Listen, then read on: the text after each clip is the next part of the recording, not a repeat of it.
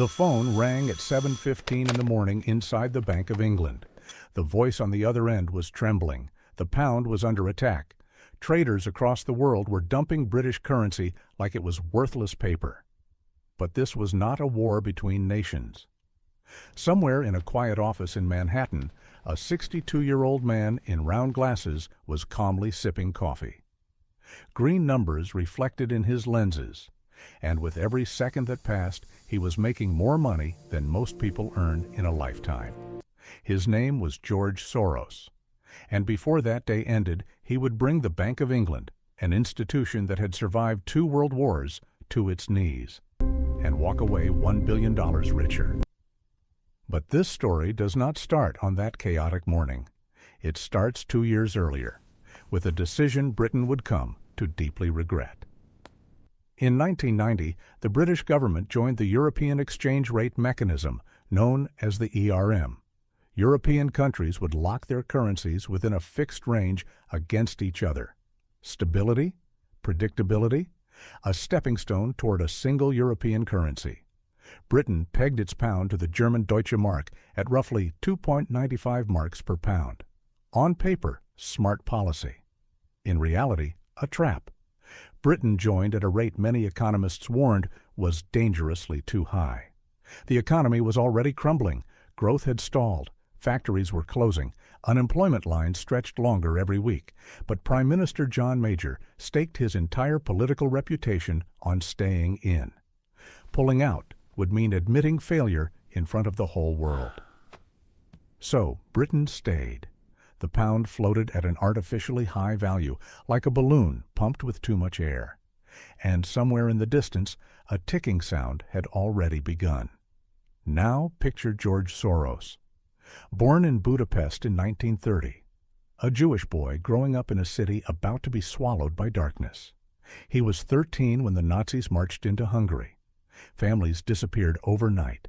Young George survived using forged documents and hiding in plain sight. Every day was a gamble between life and death. That experience shaped him forever. He learned that systems which look unbreakable can collapse without warning. Power is an illusion, and the people who survive are the ones who see the cracks before anyone else. He carried that lesson out of Hungary to the London School of Economics, then across the Atlantic to Wall Street. By the late 1980s, he was managing the Quantum Fund, one of the most feared hedge funds on the planet. But Soros was not your typical trader chasing quick profits.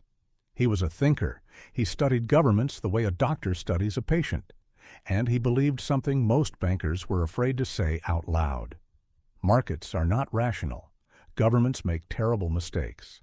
And when they do, the opportunity is enormous.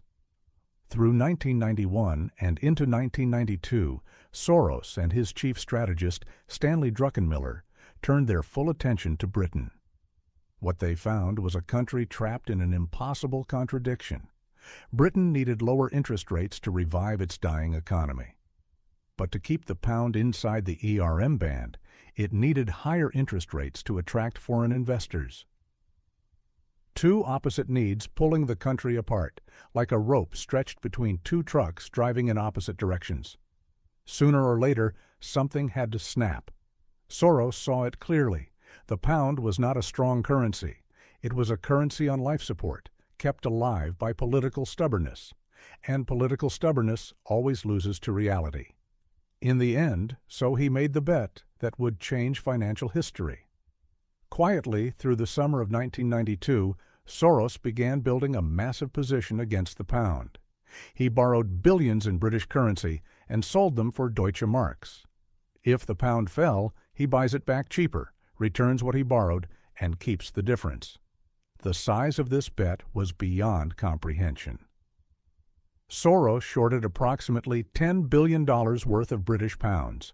One man, $10 billion, against a G7 currency. Druckenmiller reportedly suggested a large position. Soros looked at him and said the position was not large enough. Go bigger.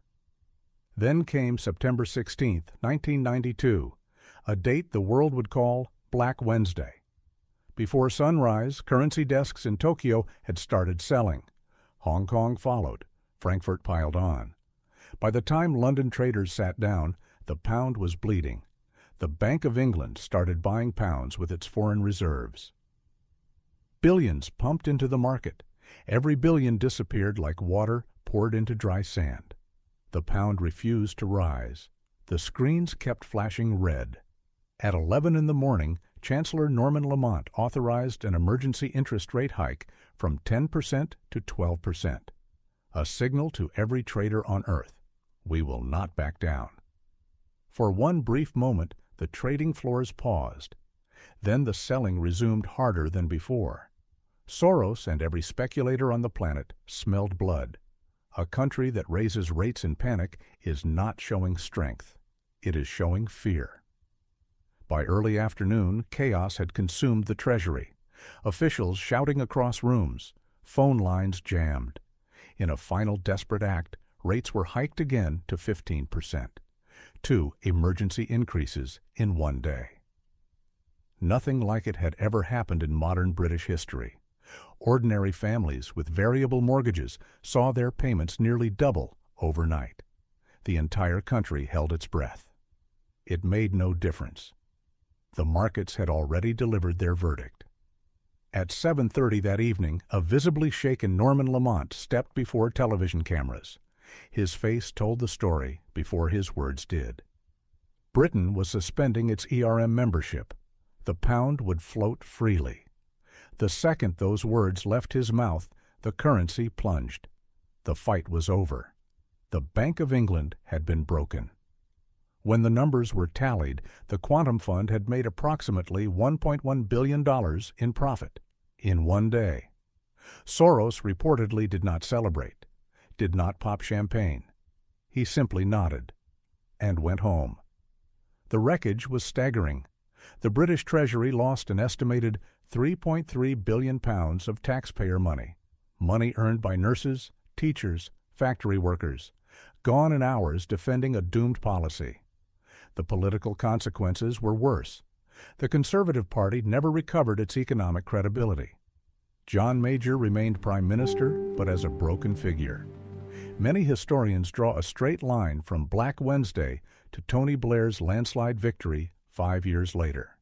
That day did not just break a currency, it broke a government. But here is what makes people uncomfortable. Soros did nothing illegal, no insider information, no secret contacts. He simply saw a government defending an indefensible position and placed his money where his analysis pointed.